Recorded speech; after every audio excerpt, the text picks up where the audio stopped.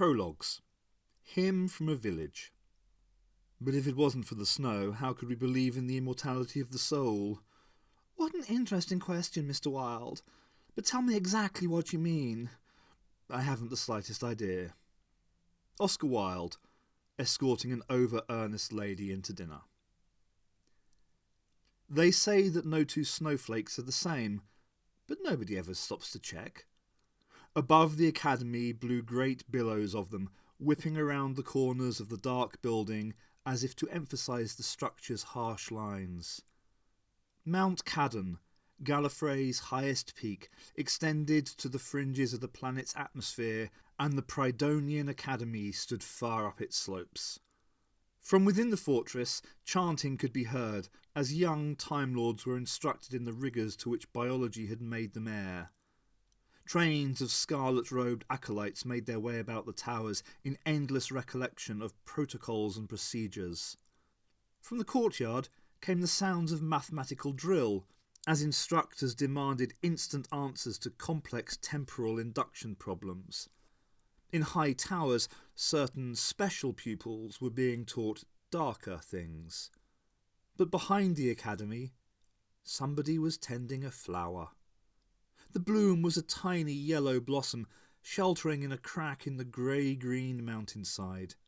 Near it stood a blasted tree, and under the tree sat a robed figure, regarding the flower. It was just a simple bloom, but hardy. The Gallifreyans called it a sarlane, but the hermit knew of people who would have called it a daisy, or a rose, or a daffodil. It was complex and strange, the edges of its petals notched and striated.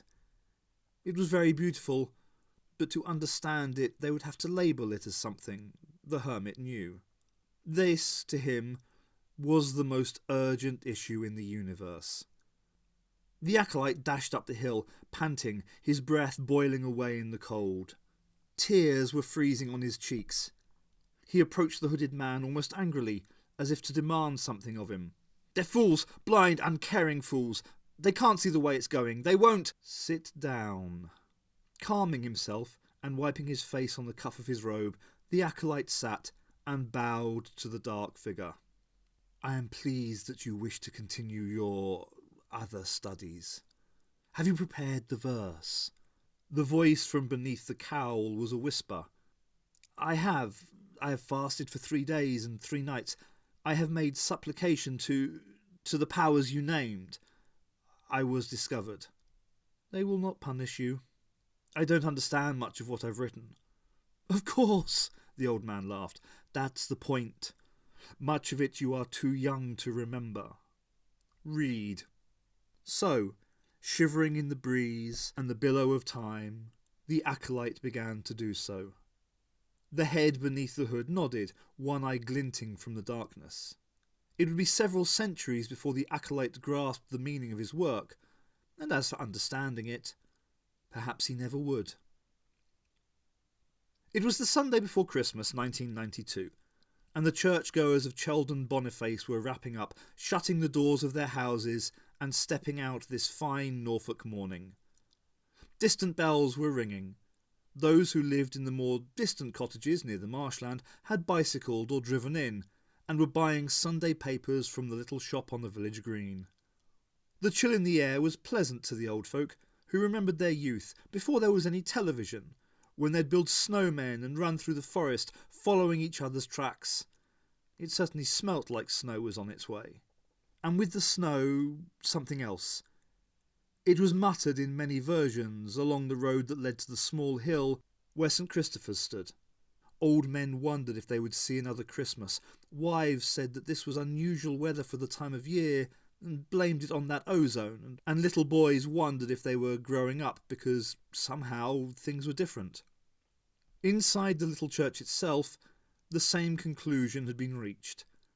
The Reverend Ernest Trelaw, vicar of St. Christopher's, was pacing up and down the aisle, debating. Nobody stood with him, amongst the seasonal decorations and the piles of food for charity. The organist, Mrs. Wilkinson, was ill. But Trelaw was not alone. Saul was with him. Saul was a voice, a presence, that Trelaw had been introduced to by his father, the previous vicar. He inhabited the church in the same way that Trelaw inhabited his body, and had been on the site in various guises down the centuries. Trelaw could communicate with him silently, but the cleaning ladies had heard him humming hymns and had named him as the ghost of old Saul Bredham, who had died asleep in the pews sometime last century. But Saul was not a ghost. He was an accumulated wisdom, an intelligence formed from the focus of so many dutiful minds over such a long time. The Celtic Cenomani had called him Cernwyn, and each succeeding people had their own name for the spirit of the hill. Saul had hardly been surprised when the Christian missionaries had tried to exorcise him, but he had been taken aback when, failing to do so, they came up with a typically pragmatic answer to the problem. They built a church around him, and declared that he was an angel, or the grace of God, or something. It had taken the first Reverend Trelaw, Ernest's great-grandfather, actually to talk to Saul rather than pray at him. Upon realising that the church was an independent entity, and not actually divine, old Dominic had set about teaching it, both in scholastic and spiritual terms. In 1853, at a midnight ceremony, Saul had been baptised in his own font, splashing the water round with his psychic muscles. Save Trelaw, there was only one witness, and he claimed to have little knowledge of religion. He was a traveller known as the Doctor, a wise, hawk-like old man with a mane of silver hair and an eccentric nature. He had made his way up the hill and entered just as the ceremony was about to begin. He had, he said, left his companions in the village, having known that there was a happy occasion afoot. Without quite knowing why, Saul had trusted him instantly. Over the years, Saul had met the Doctor on a handful of occasions, always as part of some hectic adventure, some heroic quest. That was what the church and the vicar, having swung the morning bells together, were considering now. "Something is different," chorused Saul in a voice like an infinite church choir. "The fabric of reality has changed." "It could be that the Doctor is returning," Trelaw muttered at the rafters. "I thought last time was too good to be true." "Indeed. I must admit that when he walks through my doors I expect all hell to break loose." Trelaw smiled. Saul could be quite charmingly innocent at times, particularly in his choice of metaphors. For his own part, he didn't know whether he looked forward to the Doctor's visits or not. On the last occasion, the Doctor, in yet another new form, had simply brought his niece Melanie to Cheldon Boniface to enjoy some brass rubbing. "Perhaps it's just the weather, Saul, getting to both our old timbers." Trelaw broke off as the church doors swung open. Standing there were those new people. What were they called? "Hutchins," Saul informed him silently. "Peter and Emily. And Peter heard you." "Ah, good morning. You're here a bit early. You caught me rehearsing my sermon." Trelaw shook hands with the man and wished for a verger. Peter Hutchings was in his early 30s, tall and solid, but with the slight stoop of somebody more used to the desk than the playing field. He wore his suit uncomfortably and had cultivated a beard that would have done a hermit proud. "Pleased to meet you, Reverend," he muttered, seemingly slightly abashed. "This is my wife Emily." "Ah, yes." Trelaw took the cool hand offered him. Younger than her husband, Mrs. Hutchins had the face of a great beauty. The Reverend, who noticed these things more than he cared to admit, imagined her as a carefree student riding some mythical Oxbridge bicycle. Her features were almost aristocratic, but it was an aristocracy mocked by the humour inherent in her face. Her russet hair was cut in a bob. "Hello," she murmured, and wandered further into the church absently. Resisting the urge to stare after her, Trelaw turned to Peter. "Well, what brings you to Cheldon?" "Change of scene, really. I'm on a leave of absence from Cambridge, and I thought it was time to put the savings to good use and settle down somewhere." "Cambridge?" "I'm a professor of mathematics. I've got a new paper brewing, not theory. It's all a bit abstract." "I'm afraid my math doesn't stretch beyond O-level," Trelaw smiled. Other parishioners were starting to enter the church now. He made his excuses and attended to the preparations. "She is very sad," opined Saul silently, indicating Emily Hutchins with a mental gesture. "But there is something very meaningful about her. She is a character in a very big story." "Indeed," replied Trelaw in the same fashion, studying the faces of his flock. "I wonder where the doctor is now." From the pew where she had sat, Emily suddenly looked up, as if she had half heard something. "I think somebody just walked over my graves," muttered the living church. "All of them." Christmas decorations brightened the windows of St. Benedict's School, Perivale. There was a chill in the air, and a smoky taste. In the playground, groups of howling children whirled and weaved. By the main building, Miss Marshall was supping a steaming cup of coffee, blowing into her hands. If only she had their energy. By the edge of the crowd stood Dorothy. Oh dear, still all alone, trying desperately to be part of the games, but not knowing how. The little girl was gazing in panic at a circle of her peers, who were skipping in a circle hand in hand. She was waiting for a place to be offered her, but none would be forthcoming. Miss Marshall knew well enough that she couldn't interfere. That would only make things worse. Still, Dorothy needed a friend, somebody who'd look after her. At that moment, little Alan Barnes grazed his knee, and the teacher was distracted with the business of disinfectant. It was just as well. Something fundamentally important was about to happen. Outside the school gates, a dark figure stood, watching intently. Its eyes were worried, sweeping the playground for a particular child. Dorothy. Somehow aware of all this attention, the little girl in the patched anorak looked around her. She was scared as well as angry and confused. Somewhere there was danger. With the boys a little way off, sulked Chad Boyle. He was 8, full of venom, with a little army of followers and a horrible itch in his head. He was carefully listening to some internal voice, his brow furrowed in concentration. He'd seen the teacher retreat into the school and had instantly picked up a half-brick from the pile where the builders were constructing an extension. He was just obeying orders. "What you doing with that?" asked an awed Myra, pointing to the brick. "That creepy Dotty, she's got it coming. I'm going to kill her." Boyle spat with relish. The gang cheered. They knew that they'd get hurt if they didn't. Like most bullies, Boyle had a few worried followers who liked to watch him do things that they wouldn't have dared to do themselves. They supported him with their silence, their unspoken agreement. But they didn't really like Chad. He knew that somehow, and this made him more angry than ever. The day before, Boyle had stepped on Dorothy's toe in assembly.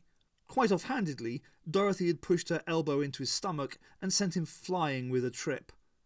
And the head had told him off for messing about. She was strange anyway. Nobody would play with her. She said she wanted to be an astronaut, which was crazy, because girls couldn't be astronauts. Everybody knew that.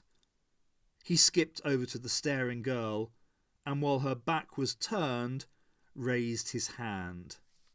The brick was cold, gritty and hard through his mitten. His raised hand was silhouetted against the low sun, so perhaps it was the sudden shade that made the girl turn. She screamed. Boyle savagely swung the weapon down, splitting Dorothy's skull and killing her outright. The law was called in. Miss Marshall didn't actually tell Chad off.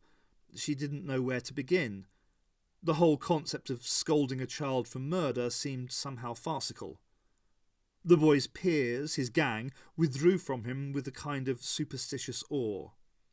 A decision was made that the child be tried before a juvenile court and would remain in the custody of his mother until then. The head took it upon himself to visit the victim's parents. Instead of covering the matter up, he called a special assembly and delivered a lesson on the taking of life. For once, everybody listened. Mrs. Boyle could feel the shame of it every time she pulled open her living room curtains in the morning. Initially she'd been tearful, asking Chad time and again how he could do such a thing.